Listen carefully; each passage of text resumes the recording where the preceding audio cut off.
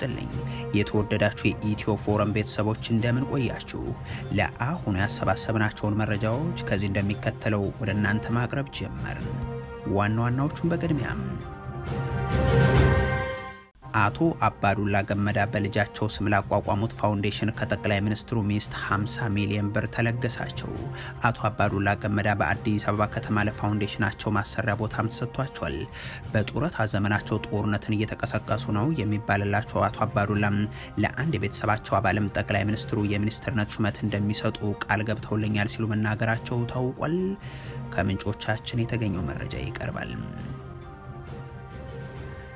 አብይ አህመድ የኢትዮጵያ የውስጥ ታጣቂዎችን ኢሳያስ እያሰለጠነ ነው በሚል እንደሚከሱ ዓለም አቀፉ ተቋም ገለጸም። በኢትዮጵያና ኤርትራ መካከል ያለው ውጥረት ወደ ጦርነት ካመራ ቀጠናው ወደ ለየለት ቀውስ ይገባል ሲልም ክራይሲስ ግሩፕ አስጠንቅቋል። ታደምጡታላችሁ። የቂሊንጦ ማረሚያ ቤት በእስረኞች አሃዝ ተጨናንቋል ተባለም። አብይ አህመድ እስረኛ በዛ የምትሉት ማሰር ብንፈልግ መንገድ ላይ የሚሸነውን እናስር ነበር ሲሉ መናገራቸውም የሚታወስ ነው። ወደ እናንተ የሚደርሰው ሌላኛው መረጃ ነው። ፕሬዚደንቱ ከአረቡ ዓለም ሀገራት ጋር በመሆን እስራኤልን ከሶማሌላንድ እናስወጣታለን ሲሉ ተናገሩ። 22 የእስልምና ሀገራትና የእስልምና ትብብር ድርጅት እስራኤል ለሶማሌላንድ የሰጠችውን እውቅና እንድታነሳ ጠይቀዋል። ሌላኛው መረጃችን ነው። የሱዳን ጦር በበርካታ አካባቢዎች ላይ የአየር ድብደባዎችን እያከናወነ ስለመሆኑ ተሰማም። ይህ በእንዲህ እንዳለ ፓኪስታን ለሱዳን ጦር የ1.5 ቢሊዮን ዶላር የጦር መሳሪያና የጦር አውሮፕላኖችን ሽያጭ ስምምነት ልታደርግ ነው ተብሏል። የተወደዳችሁ የኢትዮ ፎረም ቤተሰቦች አብራችሁን ስትቆዩ እነዚህን እና ሌሎችንም መረጃዎችን ታደምጣላችሁ። ሰናይ ቆይታ ይሆንላችሁ። አቶ አባዱላ ገመዳ በልጃቸው ስም ላቋቋሙት ፋውንዴሽን ከጠቅላይ ሚኒስትሩ ሚስት 50 ሚሊዮን ብር ተለገሳቸው። አቶ አባዱላ ገመዳ በአዲስ አበባ ከተማ ለፋውንዴሽናቸው ማሰሪያ ቦታም ተሰጥቷቸዋል። ለአንድ የቤተሰባቸው አባልም ጠቅላይ ሚኒስትሩ የሚኒስትርነት ሹመት እንደሚሰጡ ቃል ገብተውልኛል ሲሉ መናገራቸው ታውቋል። የቀድሞ የደርግ ወታደር የሻዕቢያ ምርኮኛም የኢህአዴግ ጀኔራል አፈ ጉባኤ የስራ አስፈጻሚ አባልና ነባር ፖለቲከኛ አባዱላ ገመዳም ሰሞኑን የጦርነት ጉሰማ ላይ ከተሰማሩ የቀድሞ ባለስልጣናት መካከል አንዱ ናቸው። ላለፉት 50 ዓመታት በተለያዩ ጦርነቶች ላይ ተሳትፈው ከሞት በስተቀር ሁሉንም አይነት ሰቆቃዎችን እንዳሳለፉ የሚነገርላቸው አባዱላ ገመዳም በርካታ ወጣቶች ሲሞቱና የሀገር ሀብት ሲወድም ከታዘቡ ሰዎች መካከል አንዱ ቢሆኑም ይህ ህይወታቸው ያስተማራቸው ነገር ያለ አይመስልም የሚሉ አስተያየት ሰጪዎች ከሰሞኑ ቀጣዩን የአብይ አህመድ የጦርነት ፕሮጀክትን ለማሟሟቅ በሚል በሚዲያ የከፈቱት ዘመቻም የዚሁ ያለመለወጣቸው ማሳያ ነው ይላሉ።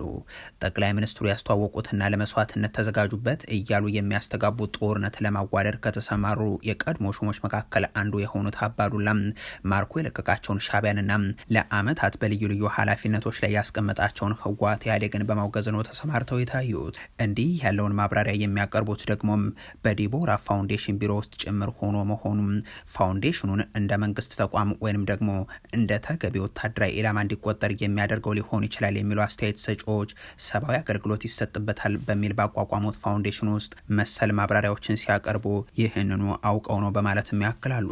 የዚህ ሁሉ ምክንያቱ የኢኮኖሚ ጥቅም ነው የሚሉት ምንጮቹ አቶ አባዱላ በልጃቸው ስም የከፈቱትን ፋውንዴሽን የገንዘብ መሰብሰቢያና ሀብት ማከማቻ ምክንያት አድርገውታል በማለትም ይገልጻሉ።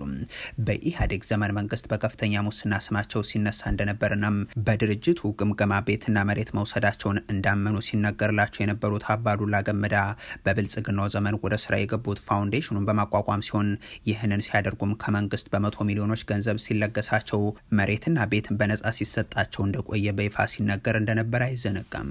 አሁን የተሰማው ደግሞ ከቀዳማዊ እመቤት ጽሕፈት ቤት በሚል ሰበብ የዲያስፖራ ፋውንዴሽን 50 ሚሊዮን ብር እንደተሰጠው የታወቀ ሲሆን ይህ ገንዘብ በወይዘሮ ዝናሽ ታያቸው ስም የተሰጠ በሚል ነውም ይላሉ ምንጮቹም። ከዚህ ባሻገር በአዲስ አበባ ከተማ ውስጥ 2000 ካሬ መሬት ለዲቦራ ፋውንዴሽን በነጻ የተሰጠ ሲሆን ይህንንም በከተማዋ ለሚኖረው ጽህፈት ቤት እንዲጠቀሙበት የተሰጠ ነው ተብሏል። የዲቦራ ፋውንዴሽን እስካሁንም በአዲስ አበባ ቢሮ የነበረው ሲሆን ይህም ከኪራይ ቤቶች ኮርፖሬሽን የተበረከተላቸው እንደሆነ የሚገልጹት ምንጮቹ ዋና ጽህፈት ቤቱ በሚገኝበት ለገጣፎም በርካታ ነዋሪዎችና ባለሀብቶች መሬታቸውን ተነጥቀው ፋውንዴሽኑን መስሪያ እንደተደረገም አስታውሰዋል። የኦሮሚያ ትምህርት ቢሮ የሚፈልጋቸውን ምርቶችና አገልግሎቶችን ያለ ጨረታ እንዲያቀርብ ፈቃድ የተሰጠው ይኸው ፋውንዴሽን በዚህም በመቶ ሚሊዮኖችን እንዲያገኝ አስችሎታልም ተብሏል።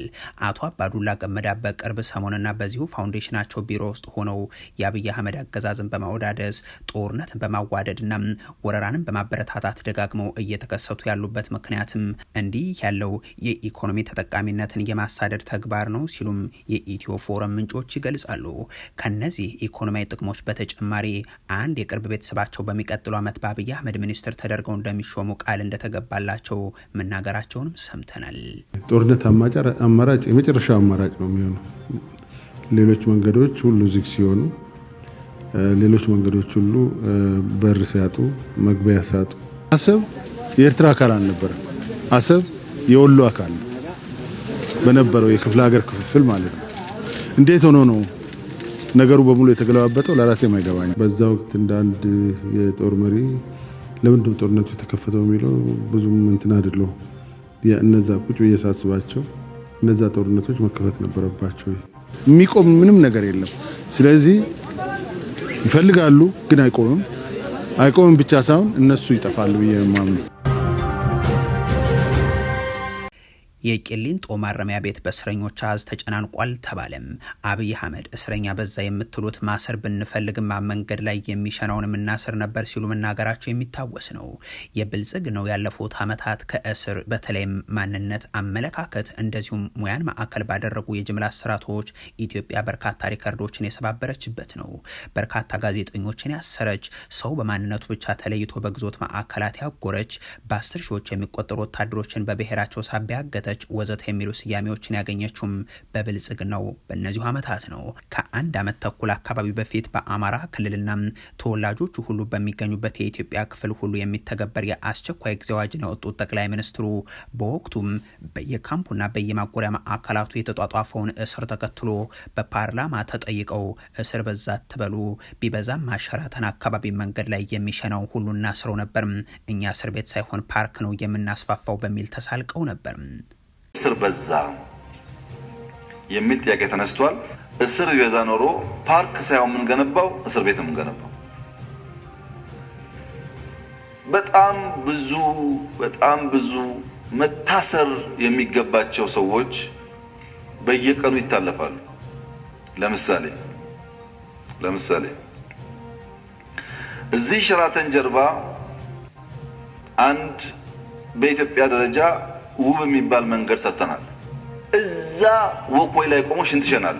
በስንት መከራ የተሰራ ስራ ማለት ነው። እነዚህ ሰዎች ቢታሰሩ አግባብ አይደለም። እንዲህ የሚሉ መሪ ያሉት ብልጽግናም እንደ ክርስቲያን ታደል ያሉ የፓርላማ አባላትን እንደ ታየ ደንዳ ያሉ ሚኒስትሮችን ጠቅላይ ሚኒስትራችንን ተናገራችሁ በሚል ለዛውም 26 ገጀራ የሚገኝበት እስር ቤት ውስጥ ጭምር አስሮ ቀጥሏል። የሆኖ ሆኖ ዛሬ መንግስታዊ ተቋም ያወጣው ሪፖርት ደግሞ የእስረኞች መጨናነቅ መከሰቱን ይገልጻል። የቂሊንጦ የጊዜ ቀጠሮ ማረፊያ ማዕከል መያዝ ከሚችለው የተጠርጣሪዎች ቁጥር በላይ የያዘ በመሆኑ ከፍተኛ መጨናነቅ ተፈጥሯል ሲል የገለጸው ደግሞ የኢትዮጵያ ሰብአዊ መብቶች ኮሚሽን ነው።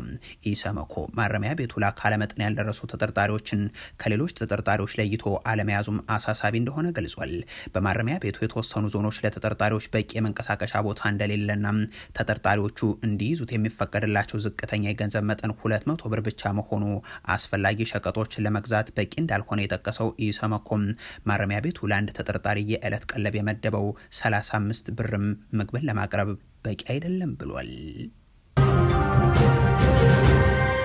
የብልጽግናው ፕሬዝዳንት የኢትዮጵያ የውስጥ ታጣቂዎችን ኢሳያስ እያሰለጠኑ ነው በሚል እንደሚከሱ ዓለም አቀፉ ተቋም ገለጸም። በኢትዮጵያና ኤርትራ መካከል ያለው ውጥረት ወደ ጦርነት ካመራ ቀጠናው ወደ ለየለት ቀውስ ይገባል ሲል ክራይሲስ ግሩፕ አስጠንቅቋል።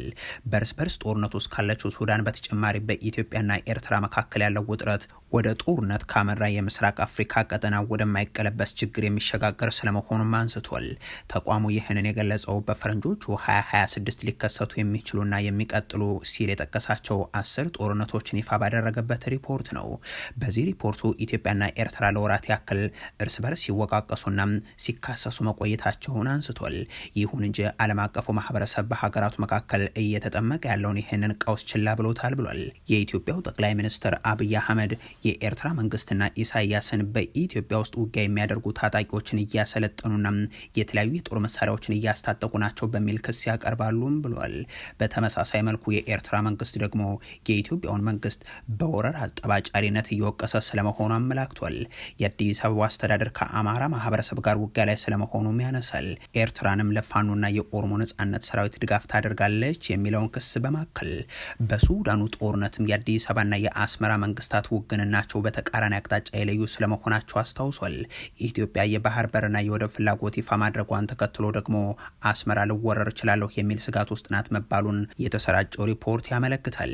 በዚህም ሳቢያ ሁለቱ ሀገራት ወደ ጦርነት ካመሩ የሱዳኑ የእርስ በርስ ጦርነት ተጨምሮበት ቀጠናው ለከፋ ቀውስ የሚዳረግ ይሆናል ብሏል። ችግሩ ከማጋጠሙ አስቀድመው ኃላፊነታቸውን ቢወጡ በሚል ያስቀመጣቸው ደግሞ እንደ አሜሪካ፣ የአውሮፓ ህብረት፣ ቻይናና የመካከለኛው ምስራቅ ሀገራት ነው። ከዚህም ባሻገር የሁለቱ ሀገራት ቀውስ የሚመሰረተው በፕሪቶሪያው የሰላም ስምምነት ላይ በመሆኑ ኬንያ፣ ደቡብ አፍሪካና ናይጄሪያ አፈጻጸሙ ላይ ክትትል እንዲያደርጉ ጠይቋል። የሱዳን ጦር በበርካታ አካባቢዎች የአየር ድብደባዎችን እያከናወነ መሆኑ ተሰማም።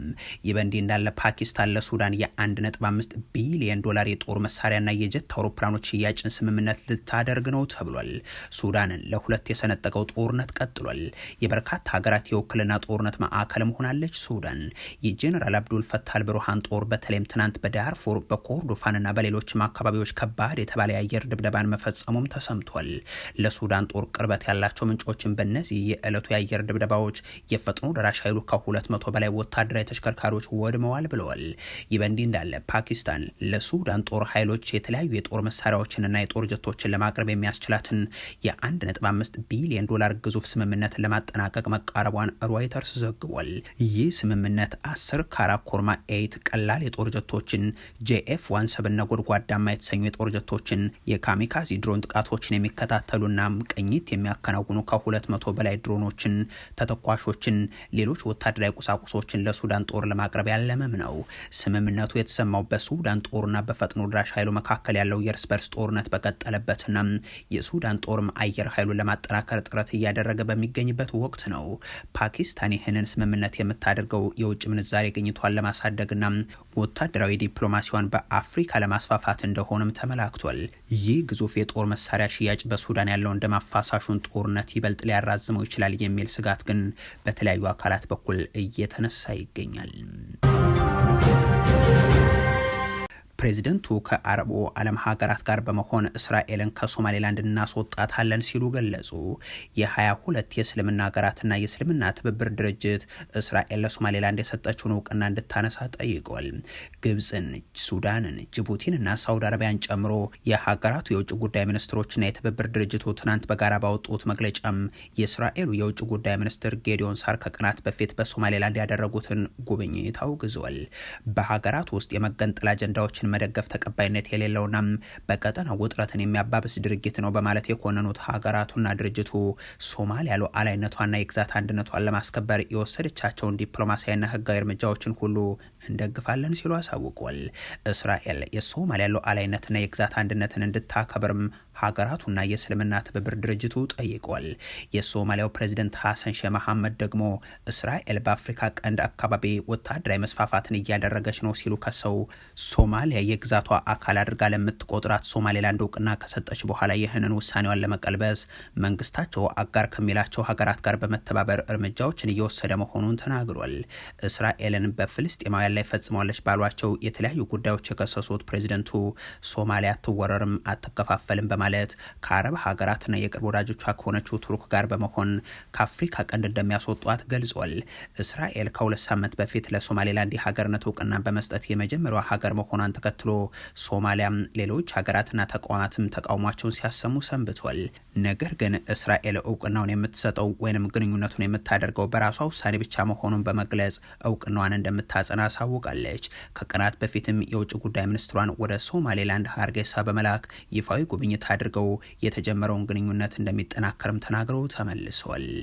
የተወደዳችሁ የኢትዮ ፎረም ቤተሰቦች ለአሁን ያሰባሰብናቸው መረጃዎች ይህንን ይመስሉ ነበር። አበቃን። ቸር ያሰማን።